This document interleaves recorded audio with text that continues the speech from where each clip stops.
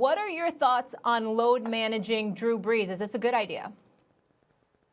Well, first of all, I don't think it's existing as far as I'm concerned. You managing how a guy practices during the week, to me, is not my definition of load management. Now, if he's missing games or his minutes are being reduced, then that's a form of load management. But in terms of policing how somebody practices and the amount of effort that they put in practice, that's been going on since the beginning of the time as far as I'm concerned. We understand that. We always understood that. I mean, damn, there were times when Michael Jordan didn't practice, Kobe Bryant didn't practice, all the superstars and beyond didn't practice because you knew that they were going to carry a hefty load during games. Mike D'Antoni was famous for that. He'd take it very, very light on you in practice at times, so long as you didn't show him any shortage of effort come game time. And that's something those decisions have been made all the time. So when Sean Payton speaks about that like he did this morning on Get Up, I don't interpret that as being a form of load management for Drew Brees. It's only if it affects his play on Sunday. This is a guy that's thrown for 77,416 yards. He's got 547 touchdowns. He's completed 67% of his passes in his career. Oh, by the way, the dude has missed a grand total of 9 games in 15 years, and 5 of them came this past season. Drew Brees is efficient. He's an artist. He's a magician in throwing the football. As far as I'm concerned, I don't touch any of that. He's experienced and brilliant, a football savant. I defer to him and his judgment in terms of what he thinks he needs in order to be ready come game time. But as far as I'm concerned, there is no load management with Drew Brees because come Sunday, if that brother is healthy, he plays every minute of the football game that he can. And that's exactly the way it should be until it's time for him to walk away. Yeah, I don't know that there won't be load management this year. There might be some kind of football version of load management, particularly when you have an understudy who's expected to take over the reins of the organization in Taysom Hill. Now, Taysom Hill, fortunately for the Saints, although it carries some risk given the various positions he plays, can be used all over the offense.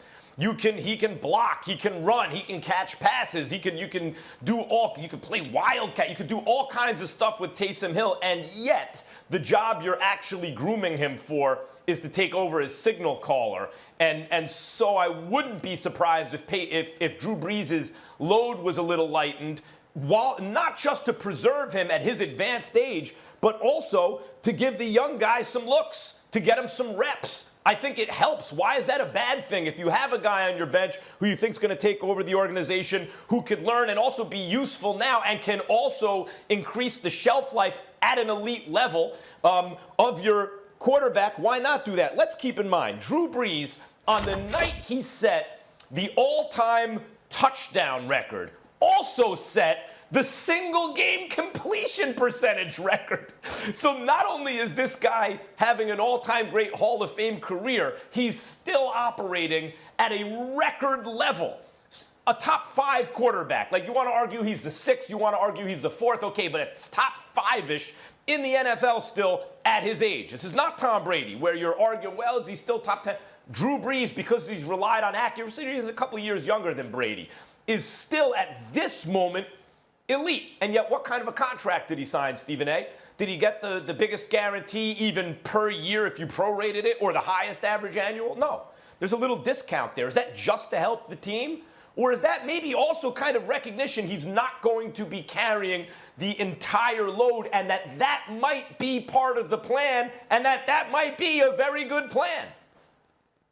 Well, first of all, when you ask that last question on numerous occasions, you've credited quarterbacks who were willing to take less because they were obviously committed to winning, because obviously in the NFL, which has a hard cap, the more money you take, the more you take away from other people. So if that has been your position and it has been consistent throughout the years, Max, why even ask that question about Drew Brees now? Why can't he just be the team player that he is, the champion that he is, the great quarterback that he is, thinking about the team and the parts that he'll need in order to be successful, and just leave it at that? That's number one. Number two, Taysom Hill, I mean, you said you and I have both noticed he's been used over the past couple of years. Sean Payton wasn't engaging in load management then. Why can't that just be a better football play? Why can't that be a level of diversity thrown into the equation instead of beating you with Drew Brees' arm and his precision, being the modern day upgraded version of Kenny Stabler back in the day from the Oakland Raiders, I might add.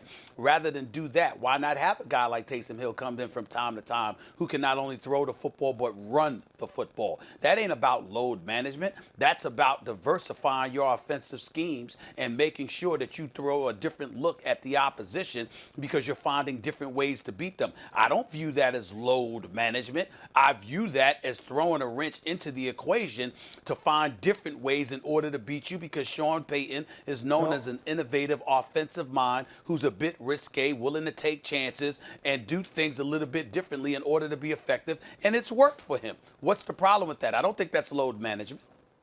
Well, let me ask, it may just dovetail with load managing. Let me ask you this, Stephen A. Would you agree that LeBron James, let's take a different sport before we get back to football. LeBron James has essentially load managed in a way, not in terms of missing games, although he took a couple of weeks off a couple of years ago when he went on that paleo diet, so-called, and About came in really skinny and then came back. Right, but he took his foot off the pedal on defense diet at times so he'd be ready for the playoffs, and it worked. Drew Brees, the last couple of years, did he look the same at the very end of the season, in the playoffs, as he did to you earlier in the season? Because to me, it looked like he may have been preserved a little better in more ideal circumstances. Well, here's a way to use Taysom Hill, not only to get him the reps, but to take a little load off of Drew Brees at times. Maybe he has a little more giddy up on the fastball in the playoffs. I don't think it's about giddy up. I think it's about the Rams coming in New Orleans and playing effectively, and then last year Minnesota doing the same. I don't think there was drop-off because of physicality. I just think that the defense played better in the playoffs against New Orleans than they did in the regular season. Thanks for watching ESPN on YouTube. For live streaming sports and premium content, subscribe to ESPN+.